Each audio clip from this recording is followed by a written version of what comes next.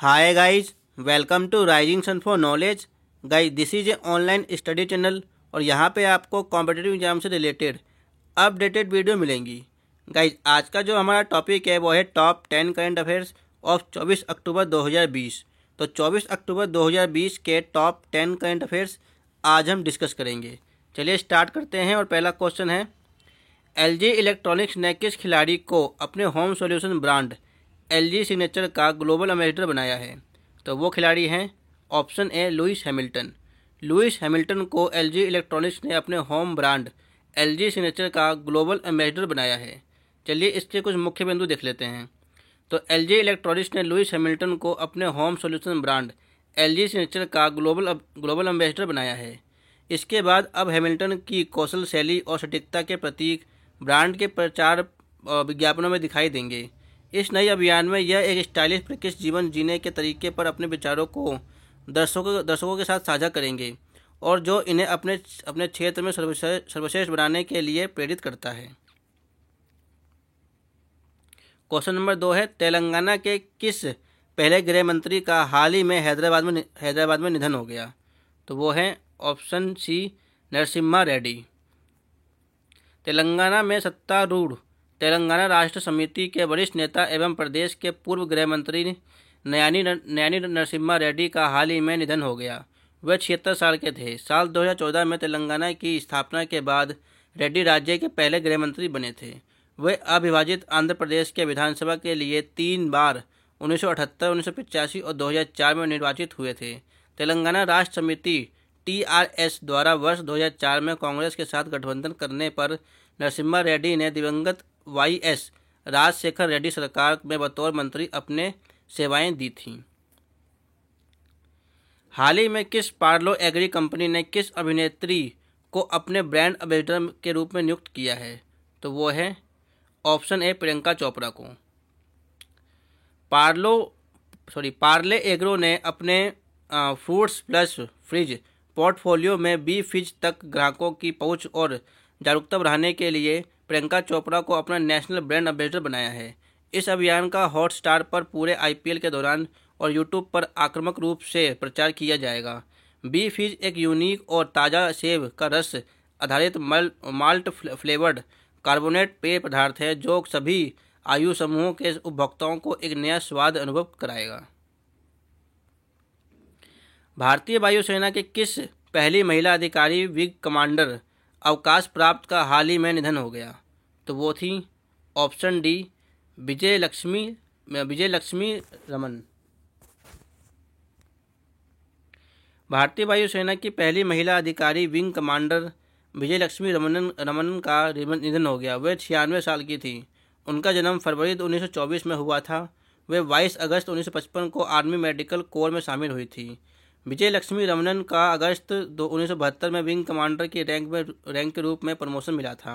वे फरवरी 1979 में सेवानिवृत्त हुई थीं। इसके अलावा रमनन ने कर्नाटक संगीत की शिक्षा ली थी और वह बहुत कम उम्र में ऑल इंडिया रेडियो के साथ एक कलाकार के रूप में भी कार्य किया था। केंद्र सरकार ने पहली बार किस राज्य क्षेत्र में पंचायती राज अधिनियम को अपनाने की मंजूरी दे दी है?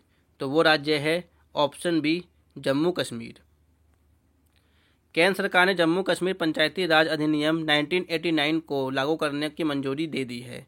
इस कदम पर जम्मू कश्मीर में देश के अन्य हिस्सों की तरह तीन स्तरीय लोकतंत्र की स्थापना में मदद मिलेगी। गौरतलब है कि केंद्र सरकार ने जम्मू कश्मीर में विधायकों की गैर मौजूदगी में स्थानीय निकायों को मजबूत बनाने के लिए पंचायती राज कानून में संशोधन किया है। अमेरिकी अंतरिक्ष एजेंसी नासा ने चंद्रमा पर पहली बार सेल्यूलर नेटवर्क बनाने के लिए किस दूरसंचार कंपनी का चयन किया है? तो वो है ऑप्शन डी नोकिया का। अमेरिकी अंतरिक्ष एजेंसी नासा ने चांद पर मोबाइल सेल्यूलर नेटवर्क बनाने के लिए नोकिया को चुना है। फिनलैंड की कंपनी ने नोकिया ने कहा है कि यह नासा की इस योजना पर चांद पर मानव बस्तियां बसाने की है। नासा पहले से ही आर्टेमिस प्रोग्राम के जरिए 2014 तक चांद की सतह पर मानव मिशन भेजने की तैयारी कर रही है। वहीं नोकिया ने दावा किया है कि वह चांद पर उसका नेटवर्क साल 2022 के अंत तक काम करने लगेगा। भारत ने किस एंटी टैंक गाइडेड मिसाइल का अंतरिक्ष में अंतिम परीक्षण किया है? तो वो है option A Nag missile.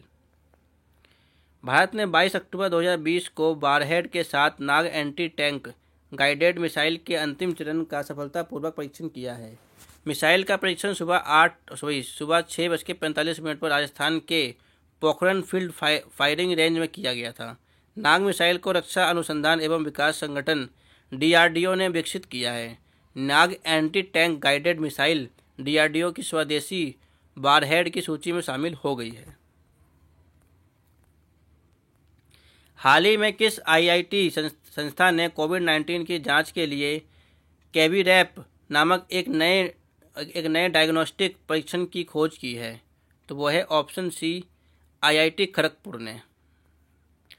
IIT Kharagpur ने कोविड-19 की जांच के लिए कैवीरैप नामक एक नए डायग्नोस्टिक परीक्षण की खोज की है।